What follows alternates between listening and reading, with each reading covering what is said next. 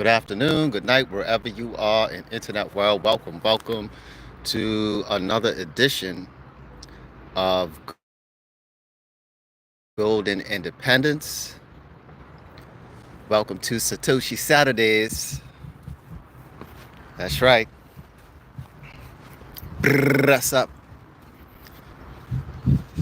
So, if you're just tuning in to this, I'll greatly appreciate if you smash that like button, give us a thumbs up. It really helps out the channel and the analytics, and it helps to spread the word of the revolution, and that is Bitcoin, right? And I still hear the mentality of people, even after, like what really gets me, or confuse me is that even after you explain to people about how Bitcoin, you don't have to earn a whole Bitcoin, right? To really break it down for people, if you're just getting into Bitcoin, don't get put off by the price of one Bitcoin, right? Because you can still participate. You can still participate in the wealth transfer, which is Bitcoin. Because you can have fractional ownership, right? $1, right, can get you 1,000 Satoshis, approximately. Yeah?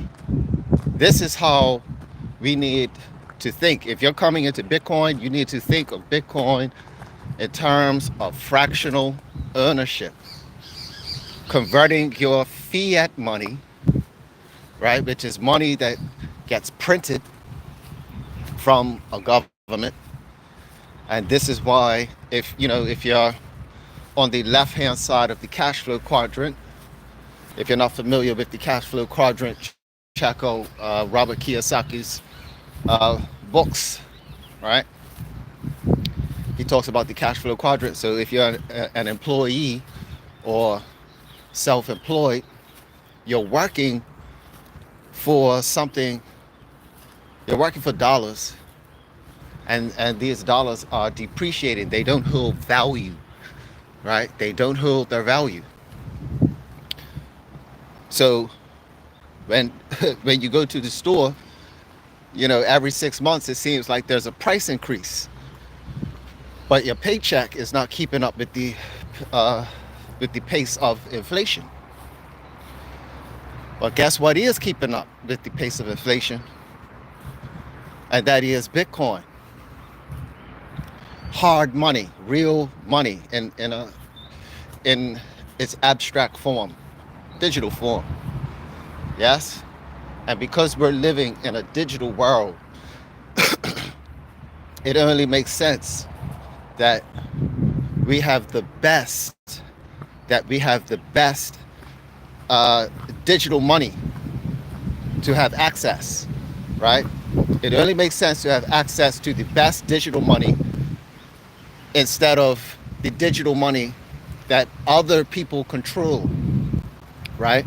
So depending on where you are, wherever you are in the world, whether it's Russia, Turkey, Italy, Brazil, the US, Canada, right? All of those nations control what you earn, the amount of money you get paid, all the rest of it, even the value of the currency. But nobody controls the value of Bitcoin or the production of Bitcoin, right? There's only going to be 21 million or 2.1 quadrillion Satoshis, right? Satoshis are the fractions of a Bitcoin. And when you have Bitcoin in your possession, self-custody, you have ownership, right? You have ownership over the digital landscape, which is Bitcoin. That's like having ownership of your future versus working for fiat money, which is somebody else's dream and goal and system. You don't benefit from that, especially if you're on the E or the S side of the cash flow quadrant. The E and the S, employee or self-employed. So if you're an employee or you're self-employed, the fiat system is not working for you. And right now, the fiat system is not even working for the B and the I, like, as much, especially if you're just starting out.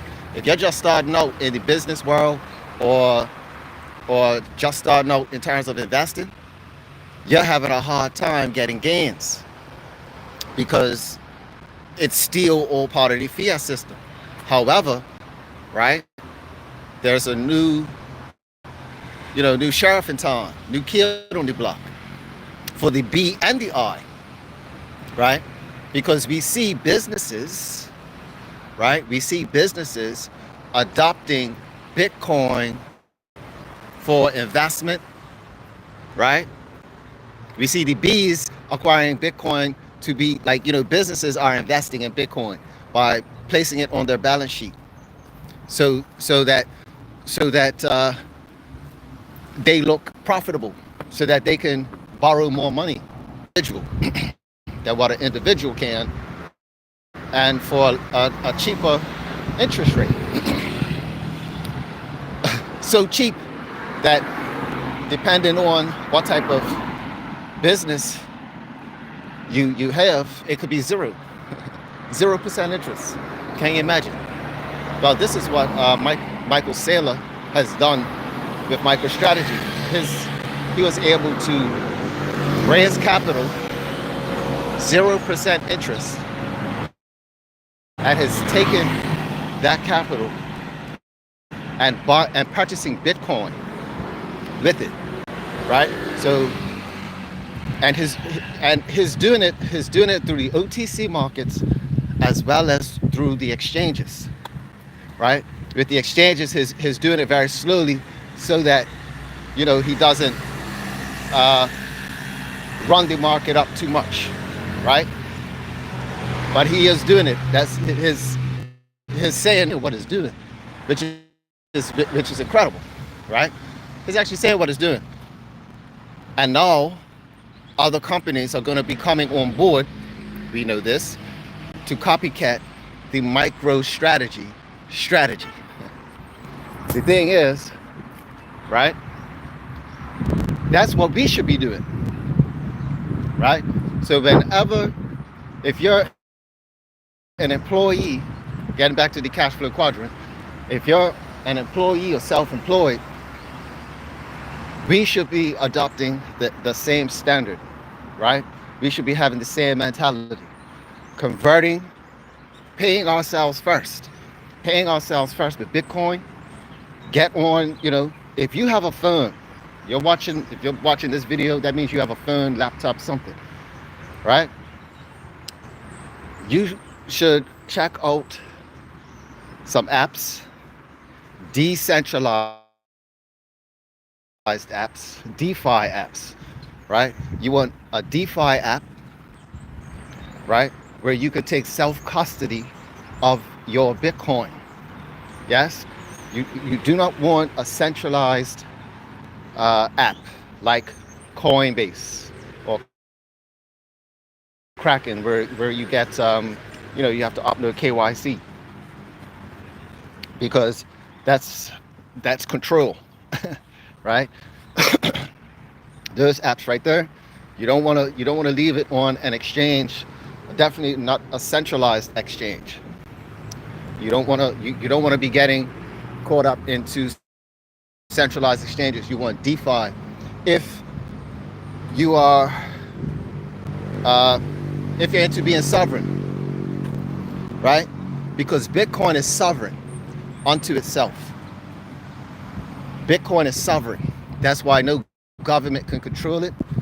and governments are actually acquiring the digital behemoth, right? As we speak, you don't need, people are starting to understand, even governments, that you don't need anybody's permission to engage with Bitcoin. This is why Russia is accumulating it. India is accumulating. Definitely China is accumulating it. We know that Brazil is accumulating it. And it's certain regions in Canada as well that are looking to acquire Bitcoin, to have it on their balance sheet. So if you got things like governments, cities, municipalities, right, coming into the fold to acquire this digital asset, at what point does the average person say, hey, I need to get involved with this? I think I need something like this in my life. Get involved, convert just a portion. Or, matter of fact, I saw on YouTube, and you could check this out, right?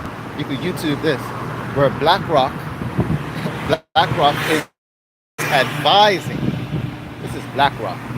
BlackRock is advising their clients to put 10%, say that again, they're advising their clients to put 10% of their assets into Bitcoin. That's right. They're advising. So people who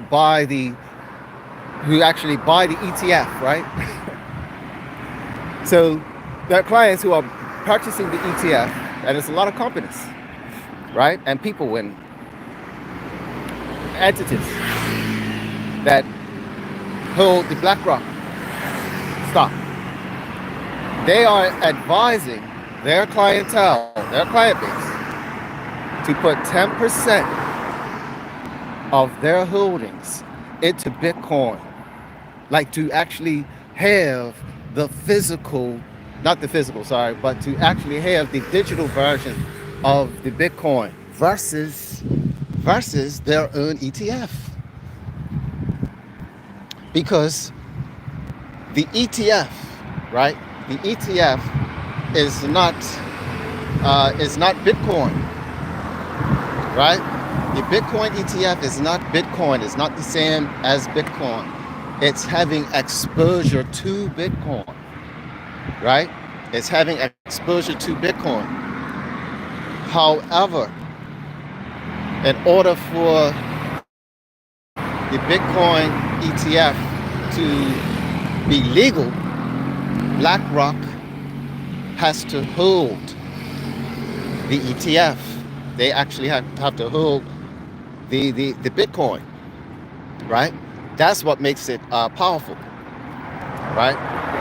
That's why you're seeing a floor. BlackRock is going to continue to keep buying Bitcoin, right, to issue the shares. So as Bitcoin rises, whatever the ETF price is going to be a fraction of the Satoshis. It's going to be fractions, right? So if their ETF is whatever the price the ETF is, it's going to be matched. It's going to be matched by Bitcoin, by the amount of Bitcoin that they have, right? Or let's say Satoshis. It's going to be matched by the amount of Satoshis, right? Now,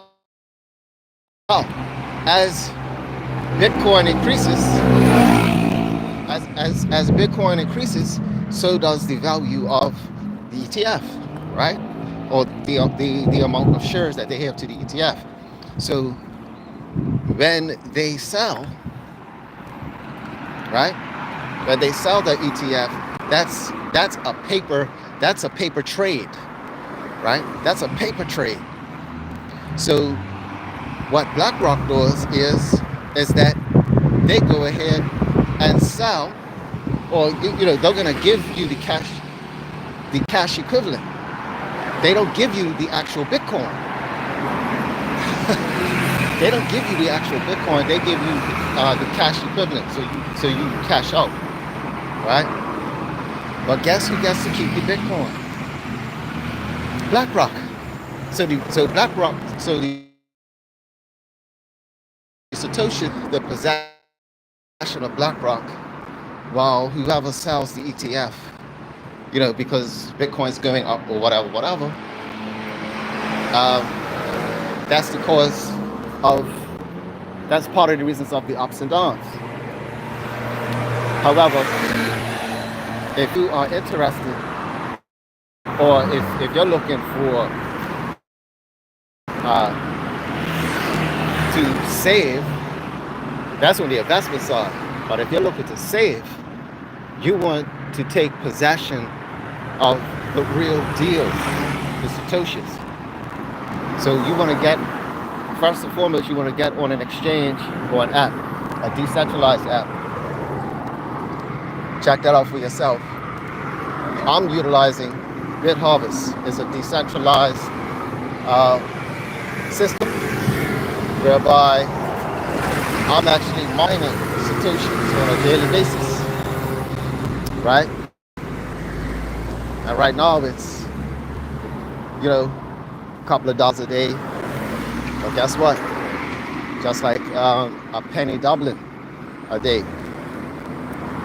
One day when the value of Bitcoin goes up, so does the value of my holdings, right?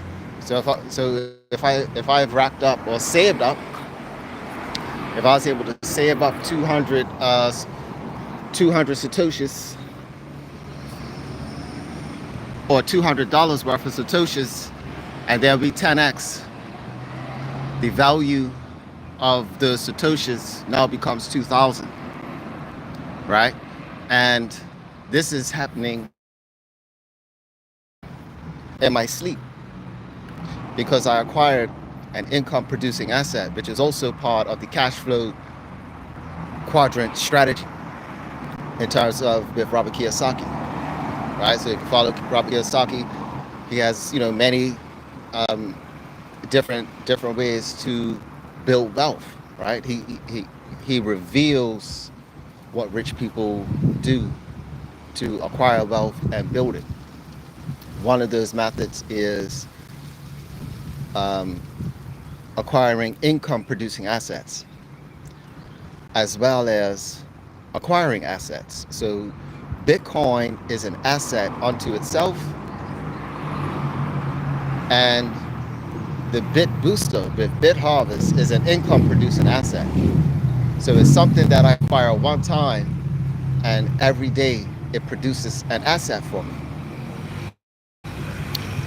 And this is part of the wealth building strategy that we're looking to implement, not even implement, that we are doing and spreading the word to help others get out of this rat race, get off the hamster wheel, encouraging new entrepreneurs, encouraging new millionaires and billionaires in this next wave. Yeah, in this next wave of the Bitcoin increase. So yes, you may be new to crypto, you may be new to Bitcoin, but if you found this space, please believe it. If you take action, right, like so many others around the world have taken action with BitHarvest, you will leapfrog. You will find yourself, you will have leapfrogged people who are coming out of their own pockets at $2 cost average. You're going to leapfrog those people over leaps and bounds. Yeah? And And that's how the game goes sometimes, right? So consider yourself extremely fortunate. Consider yourself really lucky that you found this channel as well as this opportunity, because not only do you have the opportunity to dollar cost average in your sleep, right? To acquire Bitcoin by dollar cost averaging on an automated system, but you also have the opportunity to build up income producing assets as well as assets. So it's two for one. You're getting the benefits of two wealth machines in one opportunity, which is incredible, which is an incredible thing all unto itself. I mean, just to understand Bitcoin is a wonderful thing. It's a wonderful gift to understand what Bitcoin is unto itself when you finally get it, when that penny drops, right? And like I said in the beginning of the stream, it's strange how you could be having a conversation with someone and they say that, oh, I can't afford a whole Bitcoin, I don't have $100,000. And then when you tell them that you don't need $100,000, you can get $1 worth of Bitcoin, right? Or some of these apps you need to at least have $10, right? This is from my experience. However, depending on what exchange you go to, you can literally, I mean, once you upload your money to it, like if you upload $100 to Coinbase, you can literally start buying $1 once it's up on Coinbase. Once you've uploaded your funds to the app, right, to Coinbase or to an exchange like Kraken, etc., you can literally do $1 at a time. You can get $1, about $1 into Satoshis, and you get like 1,000 Satoshis. So if you think about Bitcoin in terms of Satoshis and acquire whole Satoshis, and you look at the value of what one Satoshi is, it's highly undervalued, which means that the increase of Satoshis is you're going to do extremely well versus companies who are purchasing whole Bitcoin, right? Like a company a few days ago only bought 127 Bitcoin. So no, it's not at the Michael Saylor level or the BlackRock level where they're acquiring tens of thousands of Bitcoin. They looked at their own personal holdings and said, how much of this can we allocate to this digital asset? Hey, just in case. And they took 1.8 million of fiat money, right? And you know, this company is probably sitting on tens of millions, multiple millions of the fiat, multiple millions. They didn't go all in. They took 1.8 million of their fiat money and bought as much Bitcoin they could with the 1.8 million. Now, with that number being displayed, that's only 127, which means that they definitely got it from the OTC, right? But consider this, the OTC market, right? Mining, meaning only 450 coins, right, are mined per day. I think it's per day is 450 coins, right, are mined per day. That's not a lot. That is not a lot. That is not a lot of coins Matter of fact, I'm gonna, don't quote me on that, because I think that's a month, right? If it's not a day, it's a month, right? So if it's 450 coins, right? Yeah, I believe it's 450 coins are being mined per month. It's a month, right? So when you look at it from from a number standpoint, and you look at how many coins MicroStrategy is purchasing, his wiping out months. So his buying up more than what the OTC. So if the miners supply the OTC market, right? So even if we have an OTC market, right? We have the OTC market, and let's just say they have a stockpile, right? Let's say these exchanges, they have a stockpile of certain amount of coins, right? These miners can only, right? It's only 450 per month. So if you have Michael Saylor and BlackRock buying up tens of thousands, how much, and we don't know how much they have on the OTC market. This is why, but we know that they don't have enough, right? We know that they don't have enough because the exchange is going. The exchange is still holding, which means some entity is still acquiring Bitcoin, right, from the exchanges, because they don't have the supply to keep up with the demand in terms of the OTC market, because only 450 Bitcoins are mined every month. And if you're gonna have 10 MicroStrategy companies about to come online in 2025, 10 of them, they're gonna duplicate. These companies are going to duplicate what MicroStrategy has done. We're gonna see a massive run up with all these companies and countries competing to have a strategic Bitcoin reserve, SBR.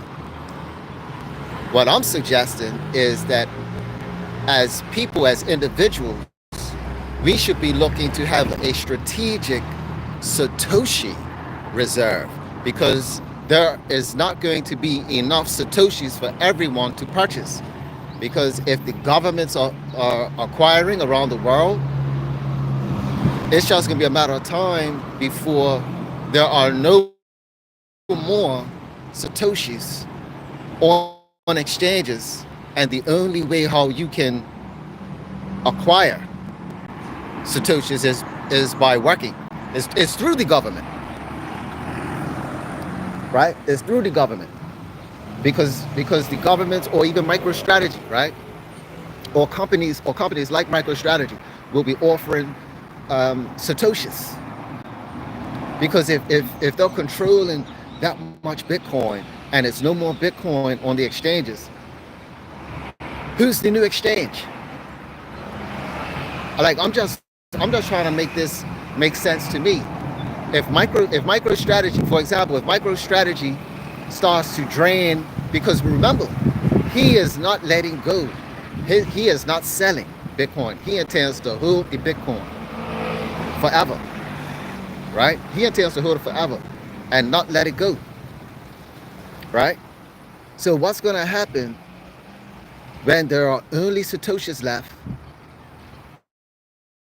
and you could only get the Satoshis from whatever, from whatever government, or, right? Not even corporations, because corporations are not going to sell them. They're going to hold them so that they could rinse and repeat. I could see governments selling, and because we see Russia trading Bitcoin for goods and services, right? So they're mining Bitcoin, right? And they're continuing to set up infrastructure to mine Bitcoin. They have it. They have the space. They have the resources, right? Imagine when they start mining and they're able to acquire goods and services with Bitcoin. They're doing it right now. How about that? They're conducting trade right now. They're doing business right now with Bitcoin, Russia. You know, you could Google that. You could YouTube that too. And the point is that governments will be the only entities that will be paying out in Bitcoin. And when things start to get priced in Bitcoin, you're really going to see what one Satoshi, when things are priced in Satoshis, versus when things are priced in dollars. We're going to see the power. We're going to see the power of the Satoshi.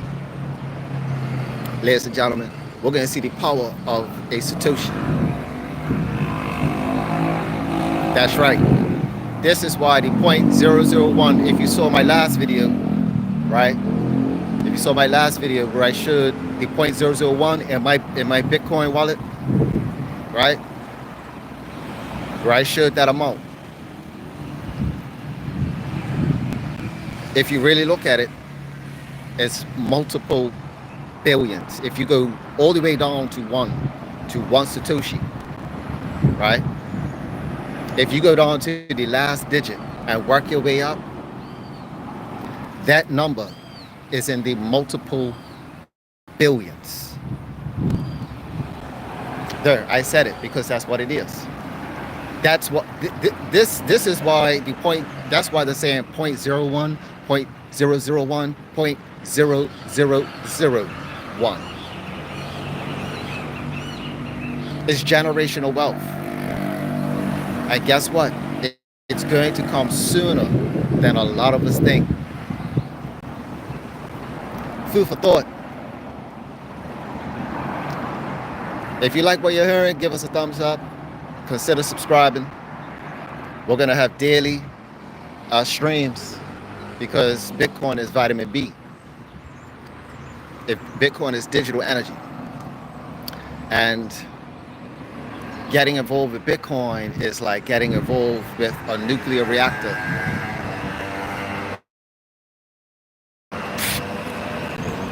Right?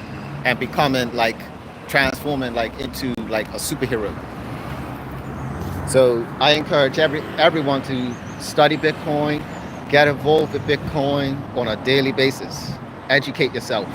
Continue to educate yourself about Bitcoin that way, because that's where the real wealth is, right? The real wealth is for those who not necessarily purchased Bitcoin, but understood it. Because the ones that understood it, they kept it and they held on to it. They worked for it. They worked for it, meaning they took their paychecks and they converted they sold things in order. Some people sold their houses, they sold their boats, they downsized, they made sacrifices in order to hold whatever Bitcoin, held it for 4 to 8 years, right? And now they probably have a new house, a new home now. They've elevated themselves. Why? Because they understood Bitcoin. They understood it to hold on to it. Blessings. Bless up from England. Yeah.